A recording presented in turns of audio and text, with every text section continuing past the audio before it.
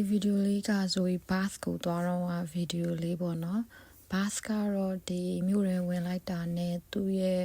Georgian architecture လက်ရာတွေကိုတွေ့ရမှာဖြစ်ပါတယ်ပြီးလို့ရှိရင်ဒီလို street performers တွေနဲ့ပေါ့နော်ရုပ်ရှင်တွေကိုရောက်သွားသလို feeling မျိုးကိုခံစားရမှာဖြစ်ပါတယ်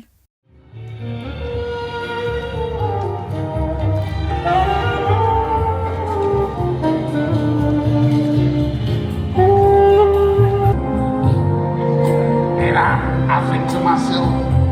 what a wonderful world.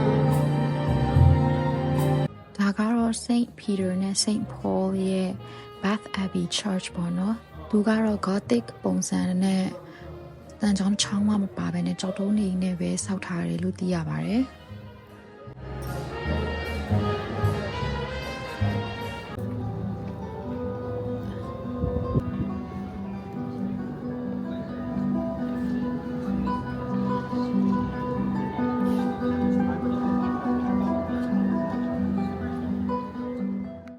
ဒီ Bath မြို့ကနည်းနည်းလေးကျင်းတော့ပေါ့နော်ဒီ city center မှာနေမယ်သွားစရာတွေကတကူနဲ့တကူနည်းနည်းလေးဆိုတော့လမ်းလျှောက်သွားရုံပဲပေါ့နော်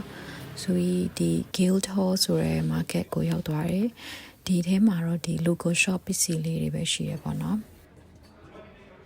ဆိုပြီးအဲ့ဒါပြီးတော့ pot နဲ့ဆယ်ဖို့တော့ကြည့်ပါတယ်သူကဒီ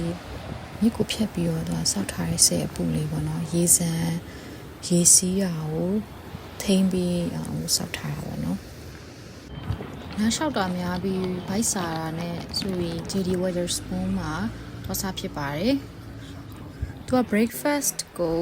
12နာရီထိ serve လုပ်တယ်ပေါ့နော်။ဆိုရောက်သွားတဲ့အချိန်က12ကျော်နေရဆိုတော့ဒီ brunch ပဲရခဲ့တယ်။အဲ့နဲ့ဆိုရင်ဒီ all day brunch ရယ် fish and chips ရယ်မှာခဲ့တယ်။ပြီးတော့ hot drinks ကိုဒီ free flow ပေါ့နော်အဲ့ဒါလေးယူခဲ့တယ်။ဒီ drink refill ကတော့£2.71 နှစ်ပေါင်နဲ့81ပဲနီပေါ့နော်ပဲနီလို့ခေါ်မလားအဲ့ကြပါတယ်ဒီ brunch ကတော့17ပေါင်ခွဲပေါ့နော်ဒီ all day brunch မှာကဆိုဒီ what way ပေါ့နော် black pudding သူတို့ရဲ့ဒီ signature British breakfast ပေါ့နော်အဲ့ထဲမှာပါတယ်ဒီ what way ကို try ကျင်လို့ပေါ့နော်ဒီ all day brunch ကိုမှာခဲ့ရပါတော့ပြီးတော့ fish and chips ကတော့ဒီ12ပေါင်နဲ့14ပန်ဆောက်ကြပါတယ် Wetherspoons ကလည်းဒီ restaurant chain တစ်ခုပေါ့နော်အရင်လက်တန်ပြီးတော့ portion ကလည်းဘိုက်ပြေးလောက်တဲ့အထိဆိုတော့ it's very nice